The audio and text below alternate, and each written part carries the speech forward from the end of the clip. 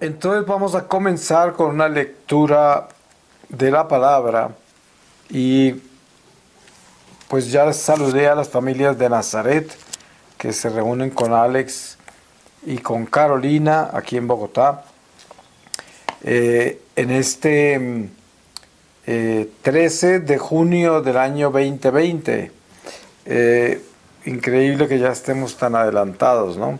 Voy a empezar leyéndoles de la carta de San Pablo a los Efesios, en el capítulo 4, desde el versículo 1. Dice: Fundamentos de la unidad. Así pues os ruego yo, el prisionero por el Señor, que viváis una vida digna de la vocación a la que habéis sido llamados, con toda humildad y mansedumbre, con longanimidad, sobrellevándoos unos a otros con caridad, continuamente dispuestos a conservar la unidad del Espíritu con el vínculo de la paz. Un solo cuerpo y un solo espíritu, como habéis sido llamados a una sola esperanza, la de vuestra vocación. Un solo Señor, una sola fe, un solo bautismo, un solo Dios y Padre de todos, el que está sobre todos, por todos y en todos. A cada uno de nosotros, sin embargo, ha sido dada la gracia en la medida en que Cristo quiere otorgar sus dones. Por esto dice: subiendo a lo alto, llevó cautiva la cautividad y concedió dones a los hombres. ¿Qué significa subió, sino que primero descendió a las regiones inferiores de la tierra? El que bajó es el mismo que subió por encima de todos los cielos para llevarlo todo a la plenitud. Pues podríamos hablar claramente, por lo que el Espíritu nos guía, acerca de la unidad, de ser uno con Dios, uno con el prójimo, uno con nuestra vida interior en Dios. El Señor nos ha dicho con mucha claridad, nos ha enseñado que debemos ser uno con Él. Ustedes se acuerdan de esa oración de Jesús al Padre por los apóstoles y por todos los que llegaríamos después de ellos, que decía: Padre, yo quiero que ellos sean uno conmigo como yo soy uno contigo, que todos seamos uno. Y este es lo que se busca dentro de la redención en Jesucristo, la unidad en Jesucristo. Si nosotros estamos de acuerdo de que el Señor, como dijo la palabra que acabamos de leer, descendió, y descendió para enseñarnos a salir de acá, porque estamos desterrados, estamos abajo. Él bajó, descendió donde estamos nosotros. Y des en cuenta las señales tan claras que nos da. El Señor desciende para enseñarnos a salir de acá. Es un regalo enorme, porque cuando usted lee la historia sagrada, se da cuenta en el Génesis sobre el destierro. Y somos arrojados del paraíso y se cierra la puerta del paraíso con una espada de fuego que tiene el querubín en la mano. Todo esto, estas son imágenes muy difíciles de interpretar a nivel racional. Pero cuando nosotros vivimos nuestra vida en la fe nos da el Espíritu Santo, y el Espíritu Santo nos da sabiduría. Y la sabiduría nos lleva por encima de la razón. Nos da la capacidad de vivir estas realidades incomprensibles en paz, sin escudriñarlas y sin preocuparnos. Las vivimos en paz y miramos hacia ellas como un niño mira a su padre cuando el padre le habla y no le entiende nada, pero lo ama, y se comunican entre los dos y tienen una conversación incomprensible, pero la tienen, y esa conversación se da en el amor. Esa es la conversación que tenemos nosotros con Dios en los misterios de esta vida. Esta vida es misteriosa y cuando nosotros nos dejamos llevar por el espíritu de la rebeldía que está en nosotros por causa del pecado original, comenzamos a desafiar estas verdades y a exigir entenderlas y a escudriñarlas. Y ahí es cuando caemos, porque de ahí nace el ateísmo, de ahí nacen todos los ismos que llevan al abismo. Nosotros cuando entendemos cómo es vivir en fe, entendemos la humildad, entendemos el abandono en Dios, entendemos el amor incondicional a nuestro Creador, porque yo pienso que una de las lecciones más importantes que debemos nosotros aprender y a la cual le debemos poner mucha atención es qué significa amar incondicionalmente, porque desen cuenta ustedes de los ejemplos que hay a los cuales San Pablo los llama como una advertencia para nosotros que vivimos el día que se apellida de hoy, que es lo que le sucede al pueblo hebreo en el desierto, en el Éxodo.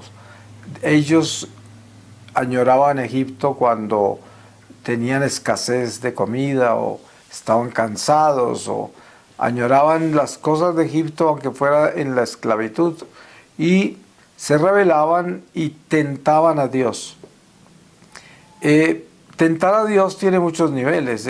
La tentación que ellos tenían a Dios era, protestaban porque supuestamente en Egipto estaban mucho mejor de lo que estaban en ese desierto. Y el Señor los castigó por eso. Sabemos que más de 20,000 murieron por tentarlo. Y cuando entendemos bien esto, nos damos cuenta que es una lección para nosotros el no tentar a Dios, que quiere decir, yo no exijo escudriñar en los misterios de esta vida y exigir entenderlos y decepcionarme cuando no los entiendo. Hay muchas cosas absurdas que nos pasan que no tienen explicación y que nuestro corazón no acepta humanamente. Por ejemplo, el rechazo humano es muy doloroso y uno no lo acepta. Hay padres que son rechazados por los hijos, hijos que rechazan a los padres, hermanos que se rechazan entre ellos, relaciones humanas que padecen un rechazo y son muy dolorosas. Esto nos deja a nosotros unas huellas humanas en el amor propio, porque cuando nosotros no escudriñamos en los misterios de esta vida, nada de eso nos afecta. Nos duele, pero no nos afecta. Porque hay dolor y sufrimiento en este mundo. Y el dolor y el sufrimiento producen lágrimas. Y seguramente nos quitará el sueño muchas noches. Y padeceremos de un dolor por lo que hemos sufrido en cualquier nivel que haya sido. Pero no nos deja huella porque no escudriñamos en eso, no tentamos a Dios. Nunca le decimos, ¿por qué, Señor, me pasó esto? Porque eso ya es un territorio muy peligroso. Ahí viene un enfrentamiento con Dios que no es conveniente. Y entonces la unidad de la que hablamos aquí es precisamente ese amor incondicional. Así de que si usted quiere hacer un trabajo muy bueno en su crecimiento espiritual, pídale a Dios con sinceridad ese ser uno con Él, uno con Jesús. Pídale eso, pero entienda qué es lo que está pidiendo. Porque pedir eso quiere decir desocuparse de sí mismo. Y sí, como decía antes, esta vida nos traerá muchas sorpresas, cosas inesperadas, situaciones inverosímiles, situaciones absurdas, nos las traerá. Pero teniendo la conciencia de que es inevitable sufrir, inevitable que nos duelan las cosas difíciles, debemos tener siempre esa oración ante el Señor de que vivamos ese Calvario con Jesús donde Él nunca, jamás, en ningún momento miró para atrás, ni cuestionó al Padre, absolutamente nada de eso. Él cargó su cruz, Él vivió su Calvario y al contrario, Él aconsejaba cuando se encuentra con las mujeres de Jerusalén, Él es el que las consuela. Y ellas venían a llorar por Él y a aconsejarlo. Y Él les dijo, no lloren por mí, lloren por sus hijos, lloren por ustedes. Él estaba enseñándonos esa lección de ser uno con el Padre, que es lo que Él era, lo que Él es. Entonces nosotros estamos viviendo en estos momentos como seres humanos una prueba difícil. Hay mucha gente que no sabe lo difícil que es lo que estamos viviendo, porque no quieren entrar en esta realidad o están engañados por la información que reciben o están escuchando las voces que no deben, quién sabe. Pero si nosotros tenemos una realidad espiritual clara y limpia, el Señor nos está mostrando de que estamos en problemas, de que el mundo está en problemas, de que estamos en una situación que no está resuelta y que no sabemos si se va a resolver. Por lo tanto, esto es una catástrofe y no podemos quitarle los ojos a esa realidad ni dejarnos engañar de nadie. Ahora, el hecho de que esté sucediendo esto, eso no quiere decir que vamos a entrar en histeria, ni vamos a entrar en pánico, ni vamos a perder la fe y la esperanza. No, precisamente el discernimiento que Dios le da a su pueblo cuando es fiel y cuando tiene únicamente la intención de obedecer y hacerse uno con Dios, sin importar lo que suceda en el camino de esta peregrinación hacia la casa del Padre por este destierro. Entonces, Dios sabe que le estamos pidiendo lo más importante, que es precisamente en medio de toda esta prueba que estamos viviendo, tener los ojos puestos en Dios y tener confianza en Él. Y Él nos da ese discernimiento de qué hacer. ¿Qué hacemos en una situación como la que vivimos? Hacemos lo que el cristiano hace, a cada día con su afán. Si en algún momento en nuestra historia, que es corta nuestra historia, la historia personal nuestra, si en algún momento era importante vivir un día a la vez, es ahora. Porque usted quiere saber cómo se vive esta prueba, se vive un día a la vez, nada más. Si usted vive más que eso, está viviendo mal. Porque miren, le voy a poner un ejemplo. Si el marinero está en la tormenta, ¿usted cree que él puede ponerse a soñar en el puerto y en la llegada a la casa? ¿Usted cree que él va a poder hacer eso si está en la tormenta? No, él está en la tormenta y está en el momento, viviendo el momento. Y esto es lo que estamos viviendo nosotros, la tormenta. Tenemos que estar viviendo un día a la vez. Y en esa forma mantendremos el equilibrio, la coherencia, la salud interior. Nos mantendremos firmes y no entraremos en desequilibrios de ninguna clase. Y no se nos llenará el corazón de dudas, de pesadez, de incertidumbre, de angustia, de miedo, de rabia, frustración. Mire cuánta gente que ha vivido esta pandemia y la cuarentena alrededor del mundo comienza de pronto a desesperarse. Hay gente que lleva 3, 4 meses ya en cuarentena y de pronto pudo vivir 2 o 3 meses sin que lo afectara tanto. Pero de repente comienza ya a ponerse un poco pesado y a traer ciertas presiones emocionales y psicológicas y quién sabe en cuántos niveles. A mucha gente problemas económicos y muchas otras cosas, problemas familiares, porque hay gente que a pesar de ser familia y vivir bajo el mismo techo, prácticamente se ven poco, porque están ocupados todos. Y cuando llevan tanto tiempo viéndose en 24 horas al día y sin ninguna opción de no verse, de no estar juntos, puede que se aparezcan situaciones en las relaciones humanas que antes no aparecían, y se pueden complicar la vida en familia. Hay muchas circunstancias que está viviendo la gente, pero como estamos hablando en un lenguaje espiritual, esto no es psicología, no es una terapia lo que estamos aquí haciendo, sino que estamos hablando del Espíritu en Dios, de la sabiduría de Dios, el discernimiento de espíritus, la capacidad que tenemos de ser humildes, pequeños, sin asumir nada, sin tentar a Dios, sin rebelarnos, sin ponernos histéricos, como ya dije, sino simplemente siendo personas pequeñas.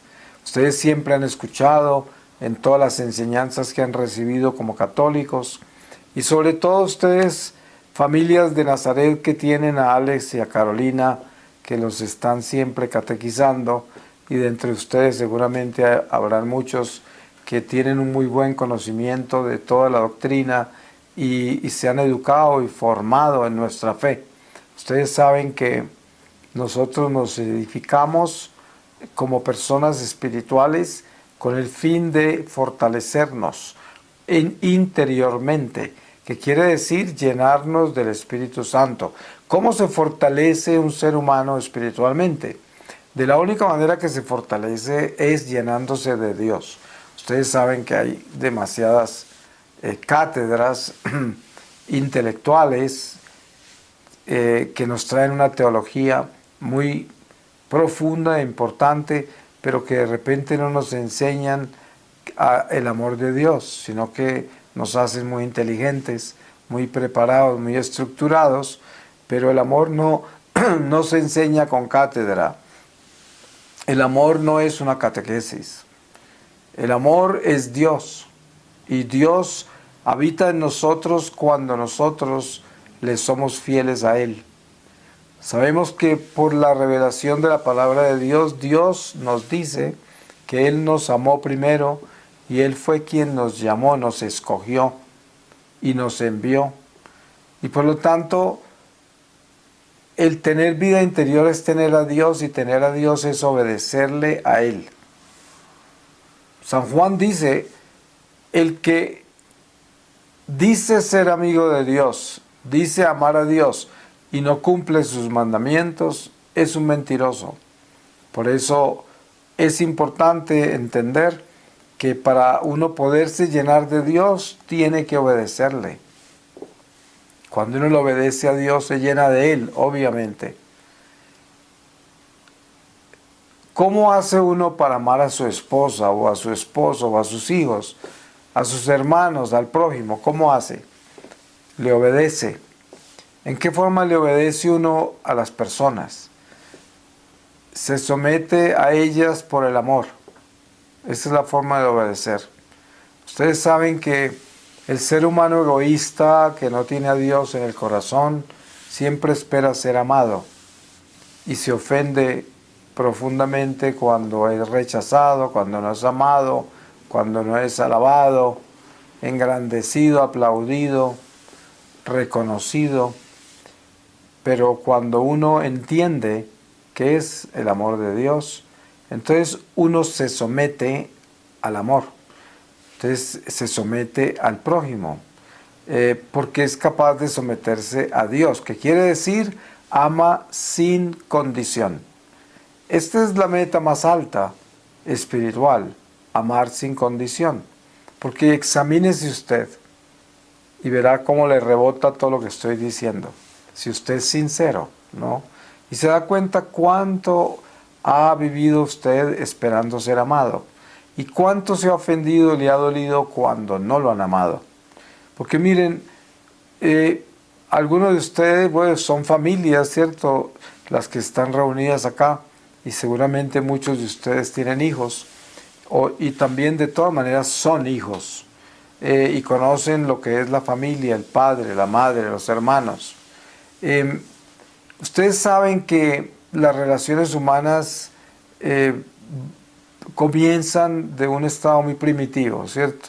Porque uno debe estar enterado de que estamos es creciendo hacia Dios y creciendo en Dios. Y el crecimiento nos va enseñando a descubrir el amor para poderlo vivir y para podernos adentrar en él. ¿Cómo descubrimos el amor? Descubrimos el amor cuando el amor propio ya nos hace daño. Ya estamos tan miserables, tan frustrados, tan resentidos, tan llenos de problemas con los demás, porque no nos amaron como queríamos, que ya nos hemos hecho daño con nuestro amor propio. Y en ese momento es cuando viene la oportunidad de que el amor de Dios comience a nacer. Porque en el momento de la gran decepción, esta es una oportunidad que Dios nos da. En una oportunidad, hace mucho tiempo, alguien me despreció terriblemente. Y era un sacerdote. Yo estaba recién comenzando mi vida de misionero. Y yo pensé pues que había crecido mucho. Me imagino yo que eso es lo que estaba pensando. Pero lo que este sacerdote hizo me dolió tanto que me dejó completamente triste y muy mal, además resentido contra él. Y me fui a un oratorio donde yo estaba, que era un lugar así de retiros, y me fui al oratorio a rezar cerca al Santísimo, y ahí el Señor me puso en la memoria un libro que Él me había revelado, que se llama Imitación de Cristo, que seguramente muchos de ustedes han oído ese libro. Entonces me acordé, y gracias a Dios que lo encontré el libro y lo abrí, y precisamente me estaba hablando de por qué me ofendo y por qué me hace tanto daño que las otras personas no me quieran. Y me habló directamente de eso. Y yo me impacté tanto porque fue tan directo, aunque ya el Señor me había advertido, me había revelado ese libro como un libro a través del cual yo podría recibir grandes regalos del Señor en mi conversación con Él. Y lo recibí profundamente en el corazón. Y me di cuenta cuán grande era mi amor propio y cómo era de banal yo y cómo me ofendía de fácil cuando la gente no me aceptaba, cuando me despreciaban, todo eso porque tenía un amor condicional y yo simplemente buscaba era que la gente me diera a mí lo que yo, y todo lo que yo daba era condicional, ¿no? Siempre, hace poco estaba hablando con un pariente mío y en la cuarentena invitaron a alguien a la casa a quedarse, que era la suegra de una de las niñas que viven ahí. Y esta señora trajo muchas cosas que ellas le pidieron porque empezaron a compartir las cosas. Y resulta que en un momento dado, estaban reunidos y la señora estaba hablándoles a ellos de todo lo que les había dado, lo que les había comprado. Y los demás todos se ofendieron. Entonces tuvieron un problema entre todos ellos porque se enfrentaron a la señora por sacarles en cara lo que se les había dado. Y yo estaba aconsejando a esta niña, que era la más ofendida, de que esa era una lección muy importante de aprender para que oraran por esa persona, porque esa persona obviamente necesitaba ser reconocida y tenía una necesidad muy grande de que le aplaudieran sus contribuciones. Pero esta niña no pudo, no pudo eso y se dañó su amistad, la señora le tuvo que ir y pasaron cosas muy malas, todavía sigo ayudándoles, ¿no? Y no se ha solucionado eso, pero todo por el amor propio, porque no se supieron defender, ni los unos ni los otros, todos perdieron. En este momento se encuentran mal todos, porque fue una cosa muy básica, muy tonta, muy humana, pero que se las ganó el amor propio a todos en esa casa. Y esto es algo que nosotros debemos entender, lo importante que es morir a sí mismos. Es decir, Cada uno de nosotros sabemos que tenemos ese amor propio. El amor propio viene del pecado original. Es el yo soy. Y para eso hay que morir, morir en medio de una batalla, porque ese es un animal salvaje, ese yo. Siempre ese yo sale adelante siempre, sale a relucir, yo. Y uno sin darse cuenta a veces tiene el yo más grande que uno y cuando uno se da cuenta ya ese yo ha hecho daño todo el día. Pero es una lección muy importante de recibirla con humildad. A mí me pasa todo el tiempo. Hay días que amanezco muy grande y que me doy cuenta antes de acostarme. Pues ya me pongo rojo solo en mi cama de vergüenza de lo grande que fui. Y la vergüenza ante Dios y ante las personas con las que convivo, con las que me toca compartir mi vida, y después yo le ofrezco al Señor sacrificios por eso y busco ser pequeño y busco ser nada, a ver en cuántas veces me puedo llenar de Dios. Y esta es una contabilidad, es una economía, la economía del alma que vamos llevando cada uno en nuestro libro de la vida. ¿Cuántos días viví siendo grande? ¿Cuántos días viví siendo chiquito, pequeño? Qué lindo que es eso, ¿no? Si le ponemos cuidado, lo importante que es eso, de estar constantemente con martillo y cincel, derrumbando ese edificio del amor propio, del yo soy, y dejando que Dios habite en nosotros, para que tengamos una vida interior rica. Des en cuenta que cuando uno es capaz de amar a los otros sin esperar nada de ellos y sin estar buscando la atención de los demás, ni la reconocimiento, ni admiración, ni aprobación, nada, sino que uno ama a la gente y está con ellos porque los quiere y hace todo lo que hace porque uno tiene amor por ellos. Eso le da mucha paz a uno, le da un corazón tierno, un corazón que solo quiere darse, y un corazón que no tiene condiciones, no es un corazón caprichoso, ni se ofende fácil, ni se confunde fácil, ni se desespera fácil, ni se altera fácil, sino que es un corazón que fluye y es pequeño, es humilde, es bondadoso, generoso, se entrega, siempre está sometido, no espera someter a nadie, está en unidad, esa es la unidad, está unido a Dios, al amor. Y así es como va creciendo el amor de Dios en nuestro corazón. Y nos vamos llenando nuestra vida interior. Ustedes se dan cuenta en esta prueba que estamos viviendo, toda la humanidad, lo importante que ha sido estos días de encierro, el descubrir cuánta paz realmente tenemos, cuánto gozo, cuánta esperanza y sobre todo cuánto desprendimiento de las cosas de este mundo. Porque miren, cuando uno está muy prendido a las cosas de este mundo, está muy prendido a sí mismo y a los demás, esta pandemia se convierte en una pesadilla muy grande por la cuarentena, por las limitaciones, por las amenazas económicas, por tantas cosas que hay. Y esto de repente se convierte en algo bien difícil, porque la persona empieza a ponerse negativa y empieza a resentirse con la vida y con Dios y empieza a perder la paciencia y se vuelve intolerante y en un momento dado se desespera y daña todo. Ahí sí que peor, porque primero que todo, lo primero que daña es la salud.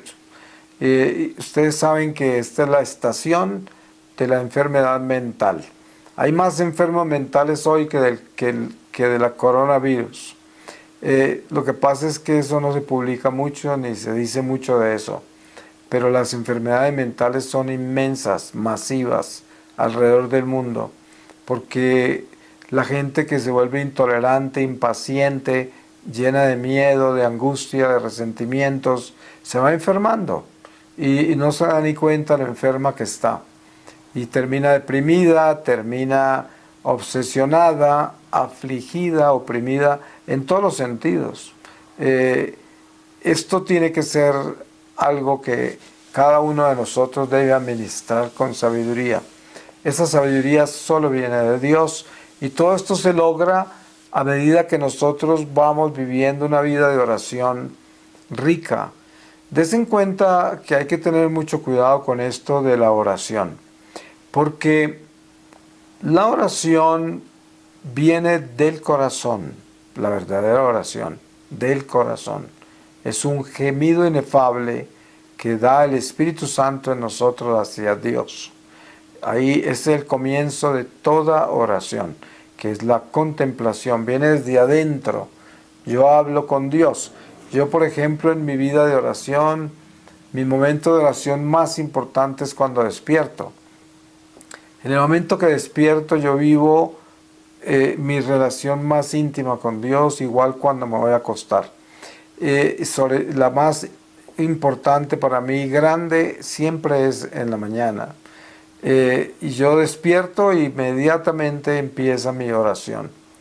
Yo he aprendido que hay que tener mucho cuidado con la salmodia y la recitación para no convertirnos en rezanderos, porque de pronto el ser rezandero te quita la posibilidad de ser espiritual, ¿sí? De ser una persona contemplativa, de tener una vida interior, porque la salmodia y la recitación es algo muy exterior, muy, hasta el punto de que sin darse cuenta la persona se vuelve un recitador y, y lo hace a unas velocidades que uno sabe que no viene del corazón ya, es una recitación, es una repetidera, una recitación, que se atropellan unas palabras con las otras ya, eso no tiene corazón, no tiene espíritu, no tiene nada, sino que es como una compañía de salmodia que se da al hombre como quien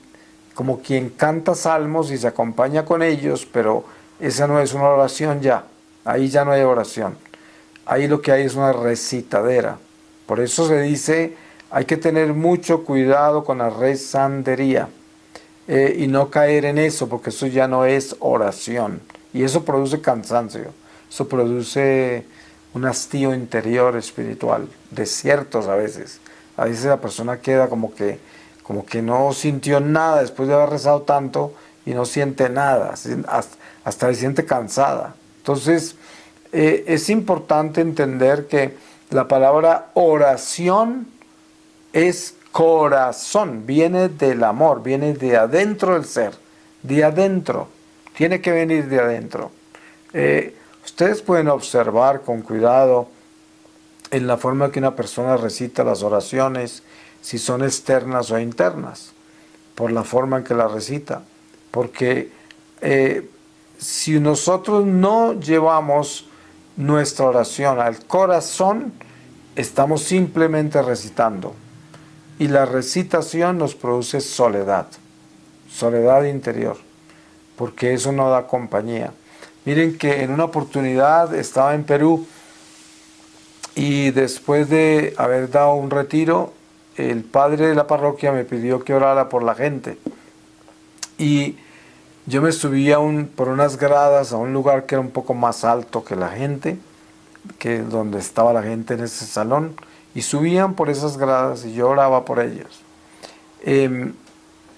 Y entonces entre esas personas vino una mujer que estaba posesa. Y claro, como 3 personas antes de que llegara a mí, ya se manifestaron los demonios y empezaron a gritar y a maldecir y todo. El caso es que a ella se la llevaron y salieron todos los sacerdotes que estaban confesando a atenderla. Y yo continué orando por la gente, pero después se volvió tan difícil eso por los gritos y todo, que tuvimos que suspender la oración y me fui hacia donde estaba esa persona para acompañar a los padres en oración. Pero entre las cosas que decían los demonios era, uno de los sacerdotes le pidió a la posesa que rezara el Ave María. Y entonces uno de los demonios la superó y dijo, ay, esto es lo que esta reza todos los días. Y se recitó el Ave María al demonio. Entonces hay gente que cree que el demonio no resiste rezar una Ave María. Y resulta que están equivocados. El demonio la recitó, no la oró, la recitó. Entonces, uno de los sacerdotes le pidió a toda la gente que estaba ahí que rezaran el rosario y empezaron a rezarlo. Y uno de los demonios dijo, eso no me hace nada porque no están rezando. Y se burlaba con una voz espantosa de ultratumba. Y esa fue la lección más increíble que yo aprendí en mi vida misionera sobre la oración. Porque esos demonios mismos se encargaron de terminar enseñándole a rezar a toda esa gente y ellos fueron los perjudicados. Porque después empezaron a aullar. Cuando esa gente empezó a rezar correctamente, empezaron a llorar y a gritar los demonios. Esa señora obviamente no fue liberada ahí. Yo entiendo, después me contaron que se tomaron varias sesiones. Esa niña era prostituta, una historia increíble. La había consagrado el papá en el vientre de la mamá a Satanás. Una historia tan triste, pero ella fue liberada y hoy es una niña muy buena y es como un apóstol ahí en Lima. Pero fue una historia muy bonita porque me enseñó mucho sobre la oración. Y me di cuenta cuando la oración verdaderamente viene del corazón y lo importante que es que venga del alma, que salga de adentro. Por eso yo siempre le digo a la gente, no corran con las oraciones, sáquenlas del alma, sáquenlas del corazón, acuérdense de cada palabra que digan, que recen, piensen dónde están, qué es lo que esa palabra está diciendo, cuál es el misterio que están rezando, a qué se refieren, en dónde están con esa oración, qué están haciendo. Porque de lo contrario, lo otro es todo inútil. Eso no sirve para... Es una rezandera. Ustedes se dan cuenta en las parroquias, a veces encuentro una gente que son súper rezanderos y esos son los primeros que salen y le dan la patada del perro en la puerta y le gritan al otro y empujan al otro, empujan hasta la gente en la fila para recibir la comunión. Esas personas que rezan tanto y que rezan a toda velocidad, se rezan un rosario en 15 minutos antes de la Eucaristía. ¿Y por qué? Porque nunca han estado orando, nunca han orado, nunca han sabido lo que es la oración. Y por eso son personas histéricas, de mal genio, intolerantes, autoritativas, ¿no? Esas oraciones nunca las han cambiado, nunca les han hecho nada en su vida, no han servido para nada. Y hay grupos de oración así, que son rezanderos, y nunca cambian, nunca pasa nada, no hay conversiones reales en los hogares, no hay cambios importantes. Los jóvenes a veces terminan fastidiados con la iglesia porque los padres no son buen ejemplo, y entonces todos estos fenómenos suceden con la religiosidad. Por eso, para hacer unidad, para ser uno con Dios, se necesita tener mucho cuidado, porque se necesita ser muy pequeño, ¿sí? Pequeño. Ustedes saben que esta sociedad nos enseña a ser grandes y la gente se infama de ser grande.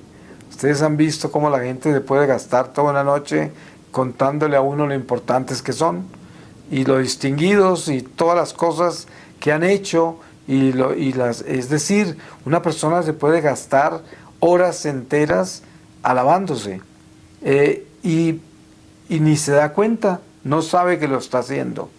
Pero es que eso es lo que esta sociedad hace, así construye la gente, la construye para elevarla en sí mismo. Y ustedes se dan cuenta que todas las psicologías modernas son acerca de construir al hombre en sí mismo, todas. Y por eso la gente está siempre tan entusiasmada con todo este famoso coaching y con todo esto, que hay mucho predicador católico que tiene ese tipo de enfoque. Esas son sus charlas. Usted escucha las charlas de muchos predicadores católicos y son como terapistas, ¿no? Son como gente que le enseña a uno cómo vivir, cómo triunfar, cómo alcanzar las metas, es como control mental prácticamente. Es psicología moderna, pero lo están presentando como si fuera una prédica, como si fuera una catequesis, como si fueran grandes teólogos, y lo que son es grandes psicólogos, es porque eso es lo que están haciendo. Y esto, cuando estamos hablando de Dios y estamos envolviendo la fe en estas conversaciones y sobre todo en estas catequesis y cátedras, podemos hacer algo muy malo porque a Dios no le gusta eso. Al Señor no le gusta eso. Eso sería una ofensa a Dios, porque uno no puede jugar con las cosas de Dios. Si uno quiere hablar de Dios, tiene que hablar de lo que es bueno, de lo que es perfecto, porque Él es el único que es bueno. Él es el único que es perfecto y santo. Entonces, ¿de quién va a hablar uno? Tiene que ponerlo a Dios como ejemplo, que es camino, verdad y vida. Y ahí es donde debemos estar anclados siempre en todo lo que hacemos. Por eso cuando hablamos de ser unidad, hablamos de ser unidad con Jesucristo. ¿Con quién más? Uno con Él. San Pablo dice, hemos sido crucificados con el Señor al ser bautizados, para que también muramos con Él y resucitemos con Él. Esa es la unidad. Y de eso debemos estar nosotros hechos por dentro, en nuestro corazón. Entonces es muy importante que para hacer unidad nosotros dejemos el amor propio y aprendamos a... Mire, el examen más grande que usted se puede hacer al amor propio es dése cuenta usted cuánto carga en su corazón de pesadez por las cosas que otros le han hecho, ¿cierto? Por los rechazos, por los desaires, por las traiciones. ¿Cuánto lleva de eso en el corazón de peso? ¿Cuánto le pesa eso? Ese es su amor propio. Póngalo en una balanza y verá. Y se da cuenta cuánto pesa. Si eso pesa mucho, usted pídele a Dios que le ayude a descargar eso. Porque eso lo puede dejar en la tierra si usted se muere. Lo puede dejar aquí anclado. Porque esa pesadez de corazón es pura tierra. Es pura tierra. O sea, es la gravedad lo que lo mantiene uno hacia abajo. Una plomada que no lo va a dejar elevarse al final de esta vida. Entonces nosotros, para concluir esta reflexión, yo diría, ser unidad importante en estos tiempos que estamos viviendo tan difíciles, porque necesitamos una vida interior rica, una vida interior llena de gracias, una vida interior llena de luz, del amor de Dios. Así de que adentrémonos en Dios y busquemos morir a sí mismos. Pidámosle al Señor compasión para que logremos eso. Voy a leerles a ustedes de el Evangelio de San Juan en el capítulo 1, desde el versículo 1. Dice, en el principio existía el Verbo, y el Verbo estaba junto a Dios, y el Verbo era Dios. Él estaba en el principio junto a Dios. Todo se hizo por Él, y sin Él no se hizo nada de cuanto ha sido hecho. En Él estaba la vida, y la vida era la luz de los hombres, y la luz brilla en las tinieblas, y las tinieblas no la recibieron. Hubo un hombre enviado por Dios que se llamaba Juan. Este vino como testigo, para dar testimonio de la luz, para que por él todos creyeran. No era él la luz, sino el que debía dar testimonio de la luz. El Verbo era la luz verdadera, que ilumina a todo hombre que viene a este mundo. En el mundo estaba, y el mundo se hizo por él, y el mundo no le conoció. Vino a los suyos, y los suyos no le recibieron. Pero a cuantos le recibieron, les dio la potestad de ser hijos de Dios, a los que creen en su nombre, que no han nacido de la sangre, ni de la voluntad de la carne, ni del querer del hombre, sino de Dios.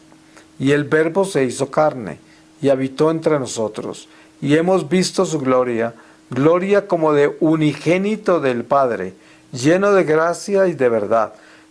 Juan da testimonio de él y clama, este era de quien yo dije, el que viene después de mí ha sido antepuesto a mí, porque existía antes que yo. Pues de su plenitud todos hemos recibido, y gracia por gracia, porque la ley fue dada por Moisés. La gracia y la verdad vinieron por Jesucristo. A Dios nadie lo ha visto jamás, el Dios unigénito, el que está en el seno del Padre, Él mismo lo dio a conocer. Esta es la palabra de Dios y sobre ella vivimos, con ella caminamos y existimos, y por ella debemos morir para poder resucitar. Y eso es lo que somos. Pues que Dios nos bendiga a todos, que bendiga a todas estas familias de Nazaret, que bendiga a Alex y Carolina, y seguimos muy unidos en oración nosotros, pidiéndole mucho por esta patria nuestra, para que el comunismo no crezca y no nos haga daño. No, es un demonio muy peligroso. Tenemos que orar mucho por eso, y también para que esta pandemia pues no nos haga daño, y que cuide a nuestras familias, nuestros hijos, a todos nosotros, nos proteja el Señor, pues pedimos ser bañados con su sangre. Amén.